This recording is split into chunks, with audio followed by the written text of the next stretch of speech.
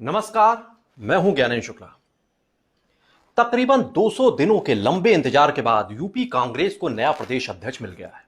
Party के शीर्ष नेतृत्व ने बुंदेलखंड के जालौन के दलित नेता ब्रजलाल खाबरी की ताजपोशी बतौर प्रदेश अध्यक्ष कर दी है।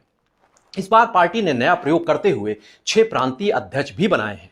इनमें शामिल हैं नसीमुद्दीन सिद्दीकी, अजय राय, वीरेंद्र चौधरी, नकुल दुबे, योगेश दीक्षित और अनिल यादव। कांग्रेस ने 2.5 दशकों बाद दलित चेहरे पर दांव लगाया है। इससे पहले पूर्व राज्यपाल महावीर प्रसाद पार्टी के प्रदेश अध्यक्ष के पद पर काबिज रह चुके थे।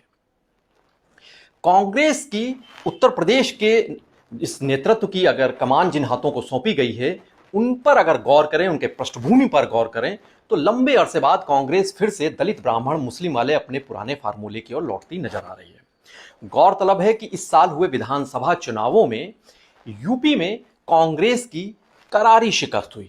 इसके बाद पार्टी के प्रदेश अध्यक्ष अजय कुमार लल्लू ने 16 मार्च को अपने पद से इस्तीफा दे दिया था और तभी से यह पद खाली था। दरअसल 3 दशकों से यूपी में कांग्रेस सत्ता से बाहर है। पार्टी आलाकमान सत्ता पाने के लिए कई प्रयोगों को अंजाम देता रहा है, पर सभी कोशिशें बेनतीजा साबित हुई। वर्ष 2017 में सपा के साथ गठजोड़ किया गया।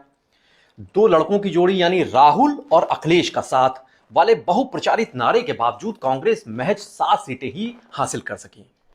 प्रियंका गांधी के वीमन कार्ड के बावजूद वर्ष 2022 के यानी इस साल हुए विधानसभा चुनाव में पार्टी के महज 2 विधायक ही सदन पहुंच सके। रामपुर खास से आराधना मिश्रा मोना और महाराजगंज के फरिंदा से वीरेंद्र चौधरी चुनाव जीत सके। पार्टी का जो वोट बैंक है वो खिसककर 2.33% तक जा गिरा। हाल ही में एमएलसी दीपक सिंह के कार्यकाल के खत्म होने के बाद यूपी विधान परिषद में कांग्रेस की नुमाइंदगी ही खत्म हो गई। जाहिर है यूपी में पार्टी अपने सबसे बुरे दौर से गुजर रही है। कांग्रेस की ओर से जो नाम है, इन पर गौर करें तो पार्टी से कांग्रेस ने ब्रजलाल खाबरी को अध्यक्ष बनाकर दलित समाज को एक संदेश देने की कोशिश की है। प्रांतीय अध्यक्षों में 2 ब्राह्मण हैं, एक मुस्लिम चेहरा है, एक भूमिहार, और वीरेंद्र चौधरी और अनिल यादव सरीखे जो चेहरे हैं ये ओबीसी बिरादरी से ताल्लुक रखते हैं। इनमें से ज्यादातर पूर्व बसपाई हैं, यानी बसपा के नेता रह चुके हैं। जरा इन नवनियुक्त जो पदाधिकारी हैं कांग्रेस के, इनके सियासी कद का भी आकलन कर लेते हैं। अपने सियासत की आगाज बसपा के साथ करने वाले ब्रजलाल खाबरी मायावती की पार्टी के बुंदेलखंड के कद्दावर चेहरों में शुमार थे। वर्ष 1999 में जालौन गरोठा संसदीय सीट से एमपी का चुनाव जीते थे, पर 2004 का चुनाव हार गए। यूपी में जब मायावती की सत्ता आई 2007 में, उसके बाद अगले साल 2008 में वह बसपा से राज्यसभा के सांसद बने, लेकिन 2014 के लोकसभा चुनाव में इन्हें हार मिली।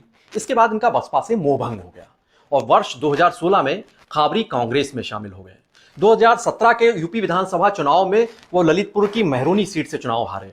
2019 के लोकसभा चुनाव में जालौन गरोठा सीट से चुनाव लड़े और हार गए। 2022 के विधानसभा चुनाव में खाबरी मेहरोनी सीट से चुनाव लड़े तो इनकी पत्नी उर्मिला देवी सोनकर, जो पूर्व प्रशासनिक अधिकारी रही थी, ये कांग्रेस के ही टिकट पर उरई विधानसभा सीट से चुनाव लड़ी, लेकिन दोनों ही पति पत्नी बुरी तरह चुनाव अपना हार गए। अब बात कर लेते हैं एक और चेहरे नसीमुद्दीन सिद्दीकी की। तो 1991 में वो बसपा के पहले मुस्लिम विधायक बने थे, यानी बसपा की शुरुआत से ही वो जुड़े हुए थे। वर्ष 2007 में मायावती के शासनकाल में कई अहम महकमों के कैबिनेट मंत्री थे और सबसे कद्दावर मंत्री माने जाते थे।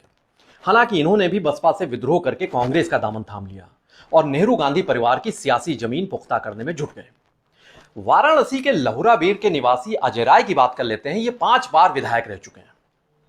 पीएम मोदी के खिलाफ लगातार 2 बार चुनाव लड़े और बुरी तरह हारे, 2014, 2019। 2022 के विधानसभा चुनाव में अपनी जो इनकी परंपरागत सीट थी पिंडरा वाराणसी की, वहां से भी ये चुनाव हार गए। अब एक और नेता है बसपा के, ये भी बड़े नेता रहे हैं, नकुल दुबे। ये मायावती की सत्ता के दौरान यानी 2007 से 2012 के बीच में कैबिनेट मंत्री हुआ करते थे।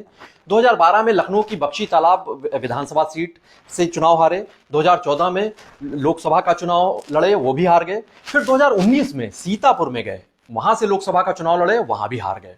लगातार हार के सिलसिलों के बाद ये बसपा छोड़कर कांग्रेस में शामिल हो गए। वहीं बसपा नेता सतीश मिश्रा के कैंप से जुड़े रहे एक और चेहरे रहे हैं योगेश दीक्षित। 2017 में बसपा ने इन्हें टिकट दिया, लखनऊ कैंट से विधानसभा चुनाव लड़े लेकिन हार गए। 2022 के पहले ये चुनाव से पहले कांग्रेस में शामिल हो गए। उसके बाद से अब इन्हें एक बड़ी जिम्मेदारी दी गई है। बहरहाल यूपी में अपनी खोई हुई सियासी जमीन हासिल करने के लिए तमाम प्रयोगों को अंजाम दे चुकी कांग्रेस ने एक बार की फिर से दलित, ब्राह्मण, मुस्लिम जो इनका आजमाया फार्मूला है उसी समीकरण पर दांव लगाया है। इस कवायद से पार्टी रणनीतिकारों को उम्मीद है कि आगामी चुनावों में वो बेहतर प्रदर्शन कर सकेंगे। लेकिन इन सभी जो नए नवनियुक्त चेहरे हैं, इनके सामने संगठन को पुनर्जीवित करने की बड़ी चुनौती है और कड़ी चुनौती है। हालांकि वर्ष 2024 के आम चुनाव तो अभी दूर हैं, लेकिन उससे पहले इसी साल के आखिर में कांग्रेस संगठन के यूपी के इन चेहरों को, यानी खाबरी की जो टीम तैयार हो रही है, ये निकाय चुनाव की कड़ी अग्नि परीक्षा से गुजरेगी। उसके बाद इनके सियासी कद की और इनकी कितनी उपयोगिता है, इसकी पैमाइश हो सकेगी। उत्तर प्रदेश की बड़ी और अहम खबरों के लिए बने रहिए पीटीसी न्यूज यूपी के साथ। नमस्कार।